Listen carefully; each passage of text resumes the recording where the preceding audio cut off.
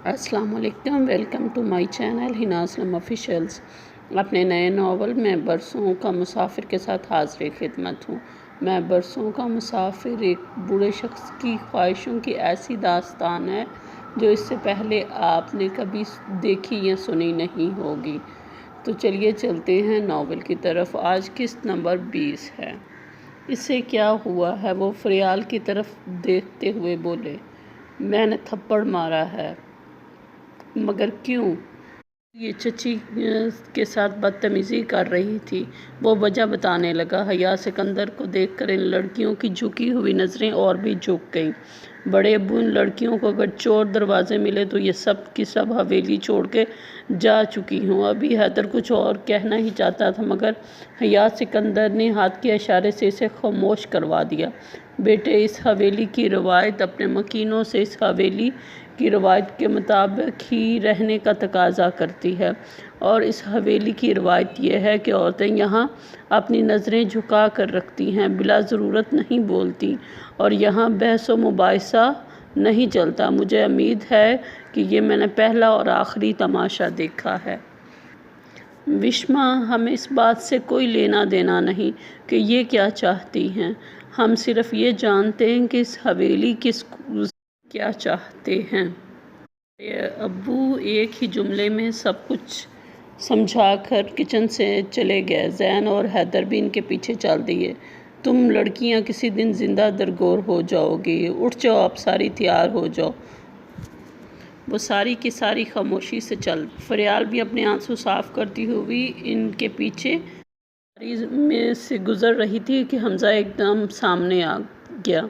लगता है चंदा की तबीयत का मैल साफ़ हो गया है। वो इसका मजाक उड़ाने लगा। तुम्हारे भाई ने बिला वजह मुझे मारा है और तमाशा बनाया है। वो हमज़ा पर अपना गुस्सा निकालने लगी। लड़की, इस्लाह कर लो, तुम्हारे नहीं आपके। और दूसरा ये कि मेरे भाई ने नहीं, तुम्हारे भाई ने तुम्हारी बदतमीज़ी पर तुम्हें मारा है। वो उसके सुर्ख चेहरे की तरफ देखते हुए बोला।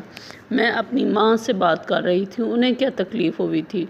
अब अपने दिमाग को दुरुस्त कर लो लड़की। इस हवेली में मेरा और तुम्हारा कब चलता है? जब तुम बड़ों से बदतमीज़ी करोगी तो सुनने वाला तुम्हारा कोई तो इलाज करेगा ही ना। तुम्हारी वजह से आज घर का माहौल ख़राब हुआ है। सारी लड़कियों में से तुम्हारी ज़बान सबसे ज़्यादा चलती है। ये ना हो किसी दिन काट दी जाए और फिर मैं ज़बान कटी हुई लड़की के साथ कैसे रहूँगा। हमज़ा अपने फर्जी आंसू बहा रहा था। अदा जैन कितने ज़ालिम हैं।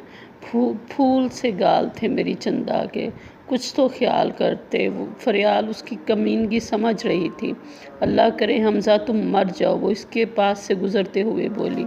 मैं मर गया तो बेवा हो जाओगी और फिर तुम्हें रंगों के नाम भी भूल जाएंगे। सफ़ेद लिबास में रूह बनकर फिरती रहोगी। ये लफ्ज़ तुम शोहर के लिए इस्तेमाल करना गुनाह है। फुट वो ज़मीन पर ज़ोर से पाँव मारती हुई बोली। हाथ पाँव मारने से कुछ नहीं होगा। वो बेहतर है मेरी जान, खुद को हल्कान मत करो और मेरा अदब करना सीख लो, वरना ज़बरदस्ती की तो फिर गिला करोगी। वो कमीनी हंसी हंसते हुए बोला। इससे फरियाल को सताने में बड़ा मज़ा आ रहा था। ये जो बाजारी जुमले हैं ना, ये सिर्फ अपनी गर्ल फ्रेंड्स के लिए बोला करो। वो इसे अपने सामने से हटाने की कोशिश करती हुई बोली। लगता है गुस्सा मेरी गरीब गर्ल फ्रेंड का ही था।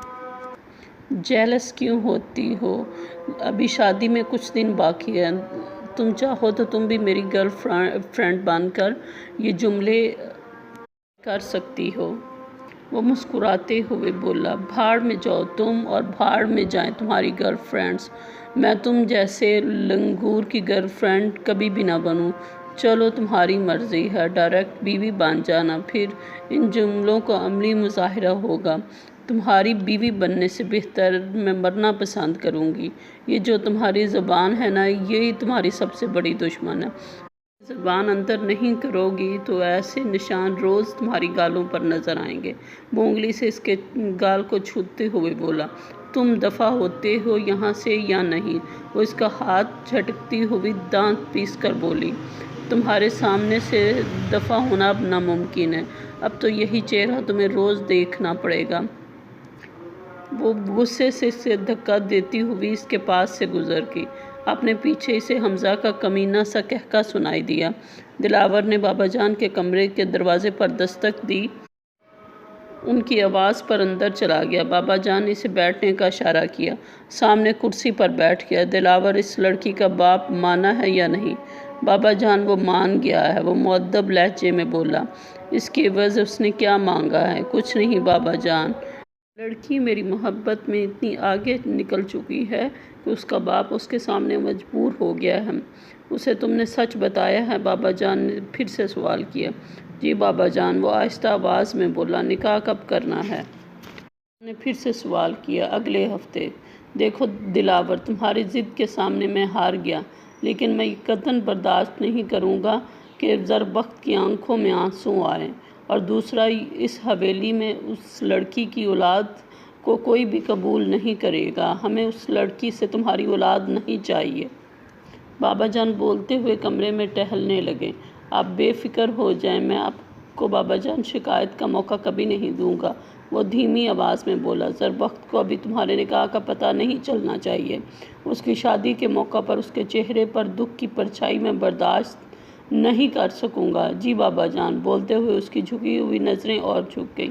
دلاور، وکیل کو پرسوں کا وقت دے دو۔ اس سے کہنا کہ جائیداد کی تمام فائلز لیتا آئے۔ بابا جان کی بات پر وہ حیران ہوا، مگر پوچھنے کی جسارت کیسے کر سکتا تھا۔ دلاور، تم ٹھیک ہے دلاور، اب تم جا سکتی ہو۔ دلاور کرسی سے اٹھ کھڑا ہوا۔ ابراہیم سے میں نے بات کر لی ہے اور اسے میں نے اگلے ہفتے کی چھٹیاں لینے کے لیے کہا ہے۔ دلاور نے بابا جان کی بات پر اس بات میں سر ہلایا۔ اس نے آہستہ سے بابا جان کے کمرے کا دروازہ بند کیا اور باہر آ گیا۔ وہ ابھی آفس سے آ کر بیٹھی ہی تھی کہ دروازے پر دستک ہوئی۔ کون ہے؟ اندر آ جاؤ۔ آواز میں تھکاوٹ صاف محسوس ہو رہی تھی۔ دلاور اندر آ گیا۔ دلاور کو دیکھ کر وہ جلدی سے بیڈ سے اٹھ کر دوپٹہ جلدی سے سر پر لینے لگی۔ زربخت، کل تمہاری کانفرنس کتنے بجے شروع ہوگی؟ 12 بجے، اس کے پوچھنے پر وہ بولی۔ پھر صبح فجر کے وقت ہی تیار ہو جانا، ہمیں جلدی نکلنا ہوگا۔ وہ اسے حیران چھوڑ کر کمرے سے نکل گیا۔ تو یہ جائے گا میرے ساتھ؟ خدایا، بابا جان کو کوئی اور نہیں ملا تھا؟ میں اس کی خونخوار نظروں کا سامنا کیسے کروں گی؟ پتہ نہیں یہ مجھے اس قدر کیوں ستاتا ہے۔ یقیناً اس نے خود ہی بابا جان کو کہا ہوگا۔ بابا جان بھی اچھے ہیں۔ وہ خود سے لڑتی بیڈ پر ڈھہ سی گئی۔ گھر میں پہلے ہی صبح سے اتنا تماشا ہو چکا ہے، اس کے ساتھ جانے سے انکار کیا تو ہنگامہ شروع ہو جائے گا۔ اف خدایا، کیا کروں؟ مگر مجھے کیا، چپ کر کے گاڑی میں بیٹھی رہوں گی اور کانفرنس کے بعد اپنے کمرے میں بند ہو جایا کروں گی۔ اس نے اپنے مسئلے کا حل خود ہی تلاش کیا اور پھر پرسکون ہو گئی۔ ابھی اس کی آنکھ لگی ہی تھی کہ دروازے پر دستک ہوئی۔ اب پتہ نہیں کون ہے۔ وہ پھر بڑبڑائی۔ آ جاؤ، وہ نیند میں بولی۔ زربخت، تم ابھی تک سو رہی ہو؟ اٹھو، جلدی سے تیار ہو جاؤ، لوگ آنے والے ہیں۔ وشما چچی جلدی سے بولی۔ پتہ نہیں تم لڑکیاں اتنی لاپرواہ کیوں ہو؟ آواز پر وہ اٹھ گئی۔ نیند ابھی بھی آنکھوں میں تھی۔ خود تیار ہو چکی تھی۔ چچی، آج آپ بہت اچھی لگ رہی ہیں۔ قسم سے لگتا ہی نہیں کہ آپ اتنے بڑے بڑے بچوں کی ماں ہیں۔ چاچو یوں ہی نہیں آپ پر فدا ہوتے، آپ ہی ہیں اتنی خوبصورت۔ لگتا ہے آج تو چاچو اپنے ہوش میں نہیں رہیں گے۔ وہ اپنے بالوں کو لپیٹتے ہوئے مسکرا کر چچی کی تعریف کرنے لگی۔ بس اب مجھے مسکا لگانا بند کرو اور اٹھ جاؤ، اور ہاں، ابھی اچھے سے تیار ہونا، پھر خاندان کی عورتیں باتیں کرتی ہیں۔ چچی بھی مسکراتے ہوئے کہتی ہوئی کمرے سے چلی گئی۔ وہ اٹھی اور بددلی سے تیار ہونے لگی۔ لایا ہوا اس نے سوٹ پہنا۔ سوٹ کا دوپٹہ سیٹ کرنا مشکل ہو گیا اس کے لیے۔ وہ جھنجھلائی۔ چچی کو بھی پتہ نہیں کیا پڑی تھی، اتنا بھاری سوٹ لے آئی ہیں۔ وہ تیار ہو کر باہر آئی تو باقی لڑکیاں بھی تیار ہو چکی تھیں۔ آج کے لیے اتنا ہی، ملتے ہیں اگلی قسط میں۔ اگر آپ کو میرا ناول پسند آئے تو لائک کریں، ویڈیو کو شیئر کریں اور میرے چینل کو سبسکرائب کریں۔ شکریہ۔